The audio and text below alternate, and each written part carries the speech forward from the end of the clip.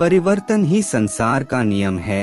एक पल में यहाँ पर राजा से रंग बन सकते हैं या फकीर। पृथ्वी भी स्थिर नहीं है, यह भी घूमती रहती है। दिन खत्म होने के बाद रात आती है, बहुत गर्मी के बाद बारिश होती है। यह बातें पुष्टि करती है कि परिवर्तनशीलता संसार का नियम है। इसलिए उन बातों वस्तुओं के लिए दुखी होने की आवश्यकता नहीं जो निश्चित नहीं है।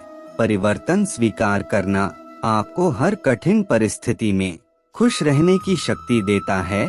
जीवन एक बड़ा सफर है, आपको हर किसी को जवाब देने और हर चीज पर प्रतिक्रिया करने की जरूरत नहीं है।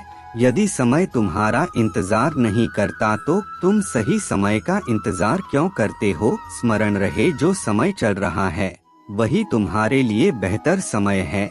जीवन में संकट आने पर निराश होने की आवश्यकता नहीं है, उनसे नफरत करने की भी जरूरत नहीं है, क्योंकि कठिनाइयों के कारण हम मजबूत होते हैं, हमें जीना सिखाती है। इसके अलावा हमारे हिम्मत और आत्मविश्वास को बढ़ाती हैं।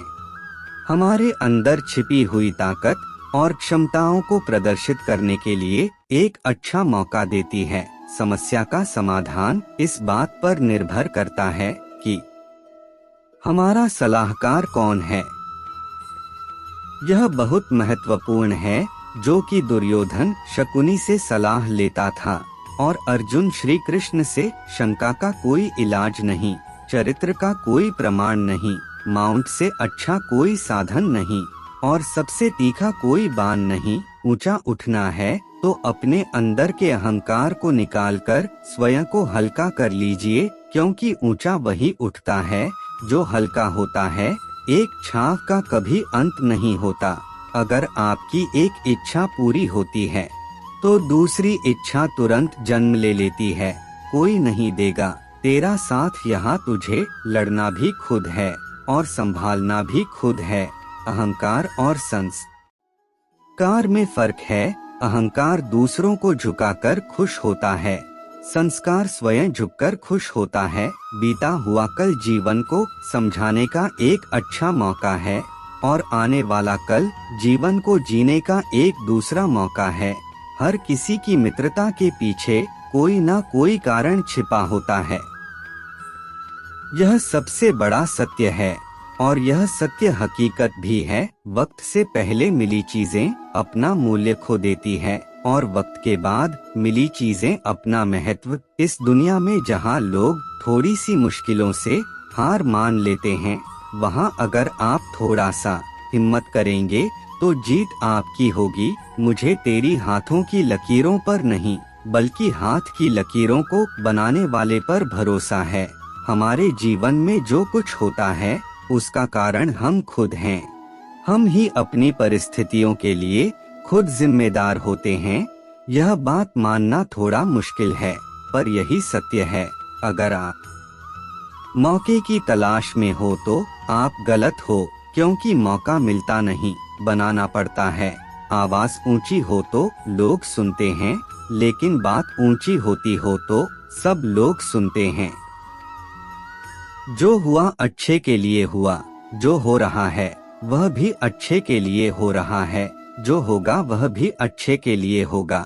आप जिसकी वजह से निराश है उसे भूल जाइए। वर्तमान में अगर कुछ आपको बहुत दुख दे रहा है तो उसके पीछे निश्चित ही बहुत अच्छा कारण छुपा हुआ है।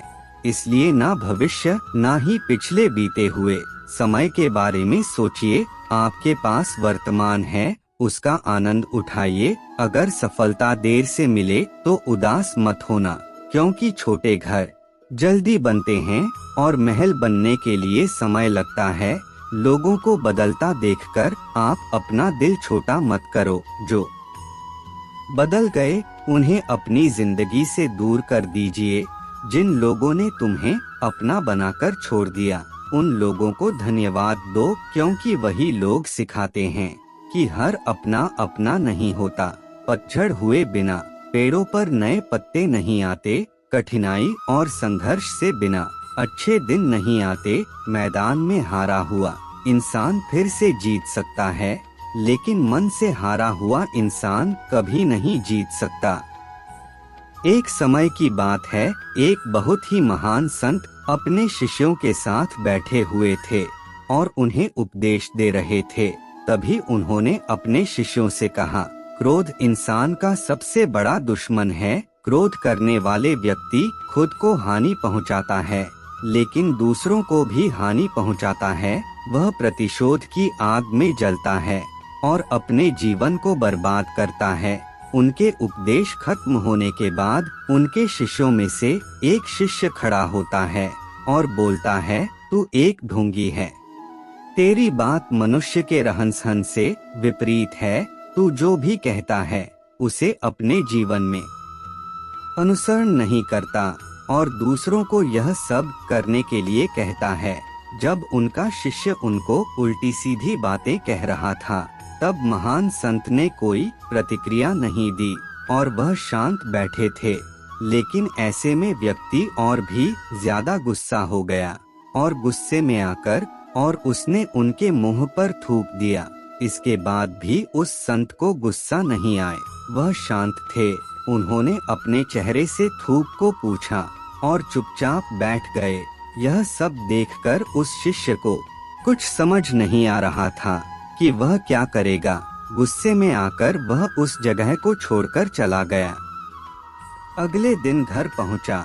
जैसी वह अपने घर पहुंचा, उसका दिमाग शांत हो चुका था। दिमाग के शांत होते ही उसे इस बात का एहसास हुआ कि उसने कितनी बड़ी गलती की है, उससे पाप हुआ है। और वह खुद को मन ही मन कहने लगा कि मैंने यह क्या कर दिया। मैंने एक महान संत का अपमान किया है। ऐसा पाप मैं कैसे कर सकता हूँ। मैंने बहुत बड़ी गलती कर दी है। मुझे जाकर उनसे माफी मांगनी होगी। यह कहकर तुरंत ही संत के पास चला गया, लेकिन वह संत उस स्थान पर नहीं थे। ऐसे में वह शिष्य जगह जगह भटक कर खोजने लगा। जैसे ही वह संत मिले, उनके पैरों में गिर गया और कहने लगा, मुझे माफ कर दीजिए, मुझसे गलती हो गई। मैंने आपका अपमान किया है, मैंने बड़ा पाप किया है। यह सब देखकर संत ने उससे कहा, शांत हो जाओ, क्या बात है, मुझे बताओ। उस महान संत के यह पूछने पर वह शिष्य चौंक गया। वह सोचने लगा कि गुरुदेव मुझे कैसे भूल सकते हैं, मैंने तो उनका अपमान किया था।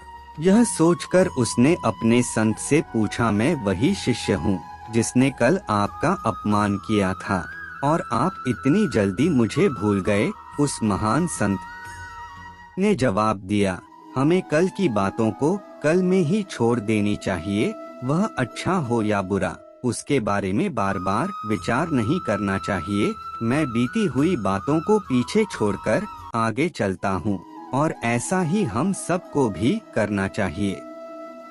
दोस्तों, बस आज के लिए इतना ही।